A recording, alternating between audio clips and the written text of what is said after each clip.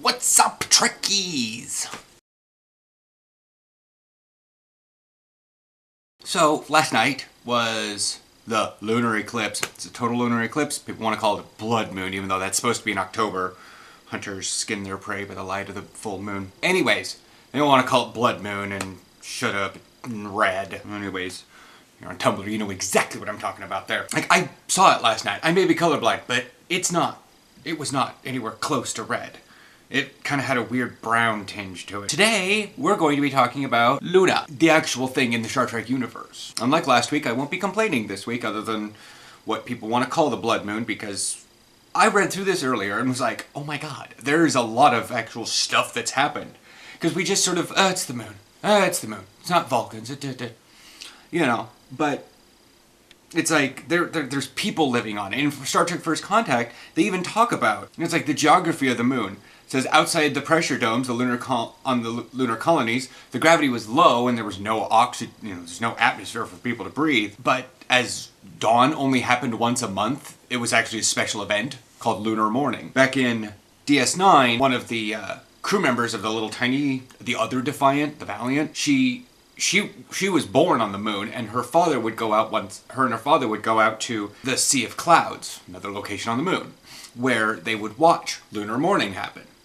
Special event, nostalgia, yada yada. But Riker, down in First Contact, said on a clear night like this, a person could see Tycho City, New Berlin, and even Lake Armstrong, And it just sort of made me wonder, I'm watching the moon last night slowly disappear, and I'm just like, and our news talked about it. Our news talked about what it would look like from the moon. But it's just like, wouldn't you want to kind of live on the moon?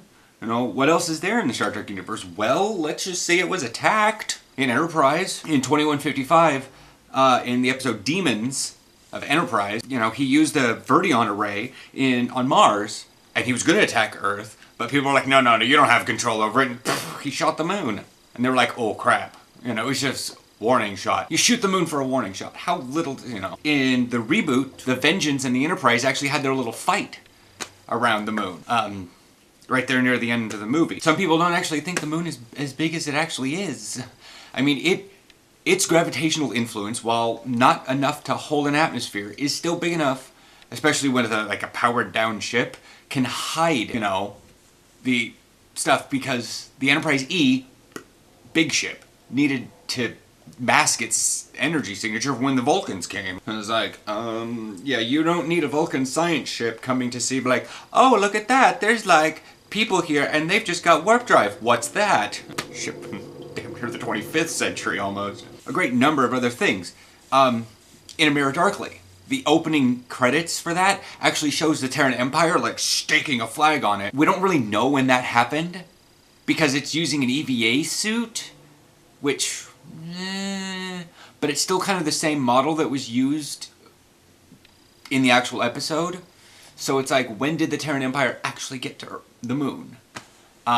In terms of the opening credits, it seems like it would have happened before 2063. So, yeah. What's actually kind of weird also is, in the Enterprise opening credits, it shows a ship, that kind of skims along, and you can actually kind of see the surface.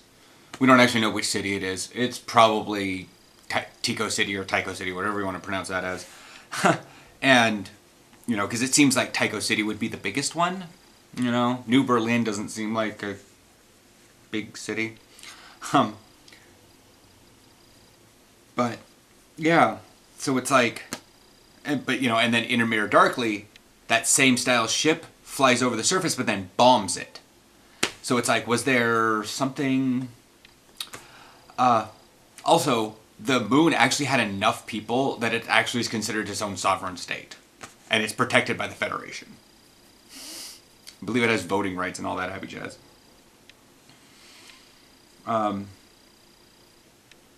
Yeah, here's a list of all the locations. Armstrong City, Copernicus Shipyards, Lake Armstrong, Luna Shipyards, Luna Port, Lunar 1 Colony, which, now that I'm reading this, that's probably what the thing is, Lunar 1 Colony. New Berlin, Orpheus Mining Colony, Sea of Clouds, Tranquility Base, and Tycho City. what actually throws off a lot of people is the people that were born on the moon still call it the moon. They don't call it Luna, even though it has an official name. That's its current name, you know? Some people want to call it Selene, and that's where selenophobia comes, fear of the moon. We don't have lunophobia. But that's where the term lunatic comes from. Because people go crazy on the full moon, and the full moon was called Luna, so they were lunatics. Good to know. Oh. Yeah, in the episode Terra Prime, the xenophobic group of humans manifested there. Originated from the Orpheus mining colony. In the late 24th century, there was over 50 million people living on the moon. That is a lot of people. I mean, I live in the Portland metro area, and you got the Portland, Hillsborough, Vancouver metropolitan area, and the population of that's 2.3 million, and there's still like 25 times as many people on the moon. I'll have a couple other metropolitan areas for America, and throw up a couple others I can find around the world, and they're comparable size. I'll have that down in the description so you can check those out. I'll probably put some words on the screen, because I know a lot of people watch these on game consoles, and you can't view description or annotations or anything on those. In that same Deep Space Nine episode, The Valiant, apparently people were, Earth slang for people from the moon were lunar schooners. The occupants of Lunar were aware of this, but no, don't call us that. I think it's kind of cute. It kind of rhymes. It's adorable. That's pretty much that. I mean, the moon's kind of a big deal. And technically they used Titan in Star Trek 2009 to hide their approach to Earth. Because Titan has a big old atmosphere. Otherwise they probably...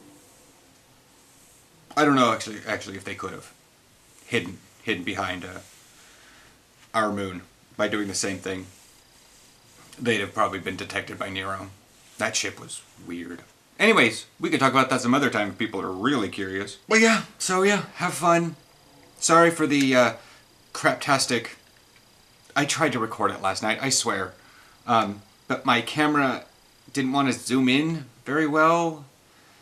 It was a terrible shot, but you know, it's the best I can do for that. I time-lapsed it. Anyways, I'll catch y'all next week. Probably gonna do STO stuff, as Season 9 will be coming out here very soon, so there's a lot of dev blogs out. Probably not gameplay stuff, because that's still a little tricky for me to do. So yeah, I will probably be talking about STO next week. Bye! The question, what department did Reginald Barclay? Kind of ticked me off because I know what he is. They got it wrong, and I sent an email in. I was like, this thing on your trivia is like flat wrong. Because I was like, engineering, duh. Nope, security.